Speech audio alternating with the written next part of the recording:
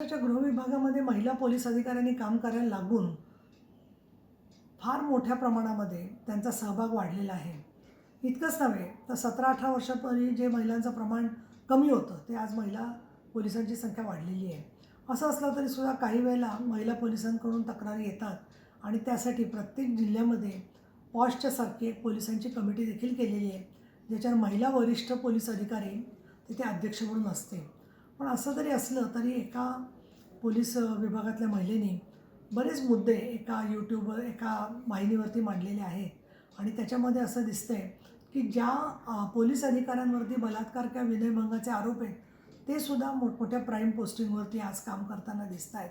तर मला असं वाटतं की हा जो आरोप आहे तर त्या आरोपात कितपत तथ्य आहे हे बघण्यापेक्षा आधी वस्तुस्थितीमध्ये किती ठिकाणच्या पोलीस अधिकारी जे आता कार्यरत आहेत परंतु ज्यांच्यावर विनयभंग किंवा बलात्काराच्या केसेस चालू आहेत याची माहिती पोलिसांनी स्वतःसाठी आणि जनतेच्यासाठी म्हणून समोर आणावी.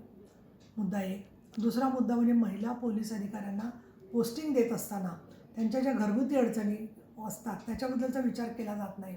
अशा प्रकारचं एक डिपार्टमेंटबद्दल त्यांनी अपेक्षा व्यक्त केलेली आहे. माझी जी माहिती आहे त्याच्यानुसार काही वेळेला महिलांना गैरसोयीच्या ठिकाणी जावं लागतं हे खरं आहे. पण अनेक वेळेला आपल्या कामाचं जे स्वरूप आहे ते जर का पाहिलं तर मुद्दामून महिलांना बाजूची पोस्टिंग दिली जात आहेत अशा काही तक्रारी आहेत का, हा संपूर्णपणाने पोलीस प्रशासनाच्या अंतर्गत पाहणीचा आणि त्यांनी स्वतः मॉनिटरिंग करण्याचा विषय आहे असं मला वाटतं. आणि तिसरं त्यांनी म्हटलेलं आहे की समाजामध्ये घरगुती कामाचा लोड जो आहे तो महिलांवरती पडतो आणि त्याच्यामुळे त्यांना करिअरमध्ये काम करता येत नाही. तर मला असं वाटतं हा प्रत्येकच काम करणाऱ्या महिलेला असा जाणवणारा प्रश्न आहे. एकूण समाजात जी पुरुष प्रधानता आहे त्या पार्श्वभूमीवर सरकारने सेवा यंत्रणा उभ्या करणं खूप गरजेचं आहे की ज्याच्यामध्ये मुलांचं संगोपन, बाकीच्या घरगुती जबाबदारी याच्यामध्ये स्त्रियांना काही मदत होऊ शकेल. तो काही फक्त एकाच विषयाचा भाग आहे असं नाही आहे. परंतु मला असं वाटतं की कोणी व्यक्ती एखादं जेव्हा गाऱ्हाणं मांडते त्यावेळेला त्याच्याकडे दुर्लक्ष करण्यापेक्षा माझे माननीय पोलीस महासंचालक हे अत्यंत कार्यक्षम आणि संवेदनशील आहेत. तर त्यांनी या प्रशासनाबद्दलच्या तक्रारींच्याकडे लक्ष घालून त्याबद्दल योग्य ती उपाययोजना करावी.